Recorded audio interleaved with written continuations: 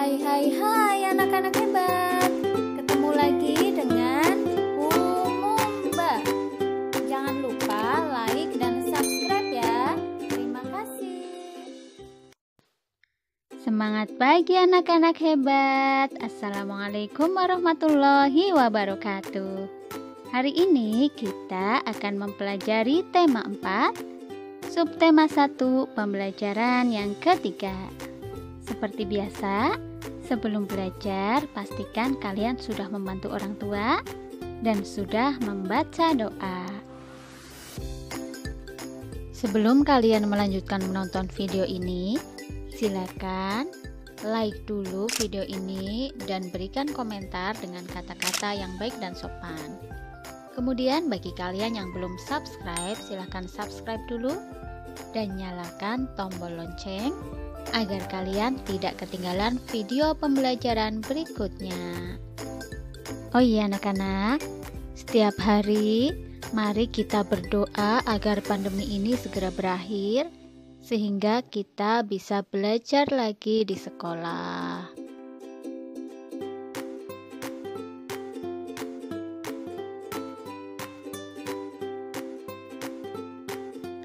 Anak-anak hebat, kita menggunakan energi listrik untuk menyalakan televisi, lampu, dan alat elektronik lainnya.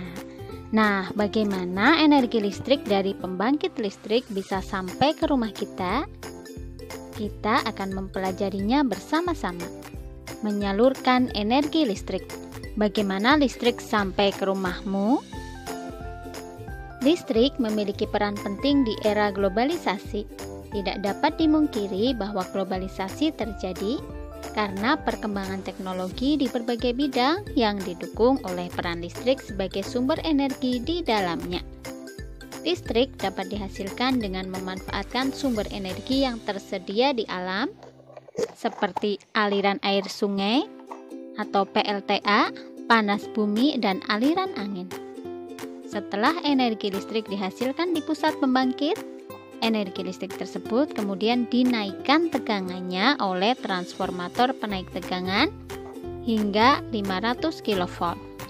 Baru kemudian disalurkan ke berbagai tempat menggunakan sistem transmisi yang dinamakan saluran udara tekanan ekstra tinggi atau SUTET yang menyalurkan energi listrik dari pusat-pusat pembangkit.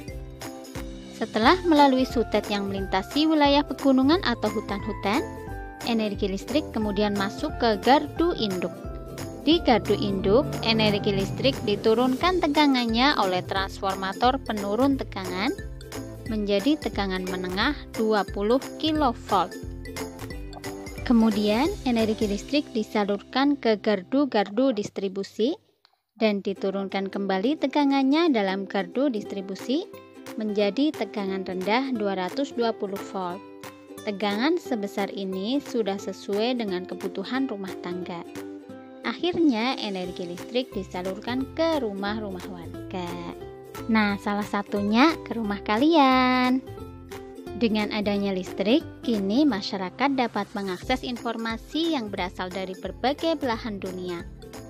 Tanpa listrik, tentunya hal tersebut tidak akan bisa terjadi. Lalu, bagaimana dengan daerahmu? Apakah kamu telah merasakan manfaat listrik dalam kehidupan sehari-hari di rumah? Sekarang, silakan jawablah pertanyaan berikut ini berdasarkan teks yang sudah kita baca bersama. Sekarang, kita akan menemukan informasi penting dalam setiap paragraf dari teks tersebut dan diisikan ke diagram berikut ini.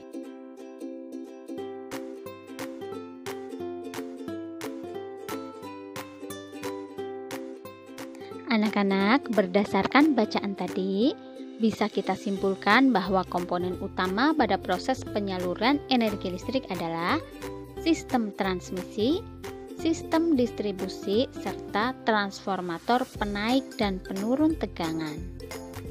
Siapakah penemu sistem transmisi tersebut? Baca informasi singkat berikut untuk menambah wawasan ilmu pengetahuanmu. Nikola Tesla, seorang berkebangsaan Yugoslavia, adalah penemu sistem pembangkit dan transmisi listrik pada tahun 1895. Sejak kecil, Nikola memiliki rasa ingin tahu yang besar tentang berbagai hal. Ia sangat menyukai matematika dan fisika. Ia pernah bekerja sama dengan Thomas Alva Edison dan merancang 24 jenis dinamo. Setelah Michael Faraday menemukan energi listrik, Nikola mengembangkan penemuan tersebut dengan membangun pembangkit listrik tenaga air atau PLTA pertama di dunia. PLTA tersebut memanfaatkan air terjun Niagara di Amerika. Maka sejak saat itu listrik pun menerangi dunia hingga sekarang. Berkat penemuan Nikola Tesla, kini sebagian besar warga dunia bisa menikmati listrik. Kita harus bersyukur kepada Tuhan yang telah menyediakan beragam sumber daya alam untuk bisa digunakan sebagai pembangkit energi listrik. Anak-anak, silakan kalian catat di buku tulis kalian tentang urutan proses penyaluran dan distribusi listrik seperti berikut ini. Pertama, energi listrik dihasilkan oleh pembangkit listrik.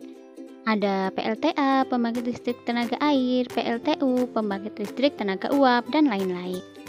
Energi listrik dinaikkan tegangannya menjadi 500 kV oleh transformator penaik tegangan atau transformator step up. Tujuannya adalah agar perpindahan atau penyaluran energi listrik lebih efisien. Kemudian energi listrik disalurkan melalui sutet atau saluran udara tegangan ekstra tinggi.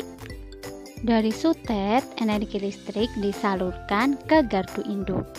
Nah, di gardu induk ini ada transformator penurun tegangan atau transformator step down. Setelah itu, energi listrik diturunkan tegangannya oleh transformator penurun tegangan atau transformator step down menjadi tegangan menengah yaitu 20 kV.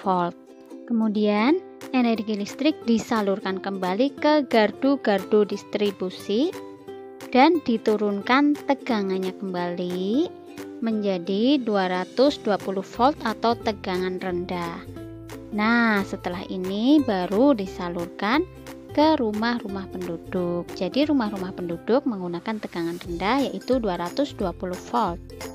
Anak-anak, kalian boleh menambahkan gambar pada catatan kalian agar lebih mudah dipahami. Demikian pembelajaran untuk hari ini. Sampai jumpa pada video pembelajaran berikutnya. Wassalamualaikum warahmatullahi wabarakatuh.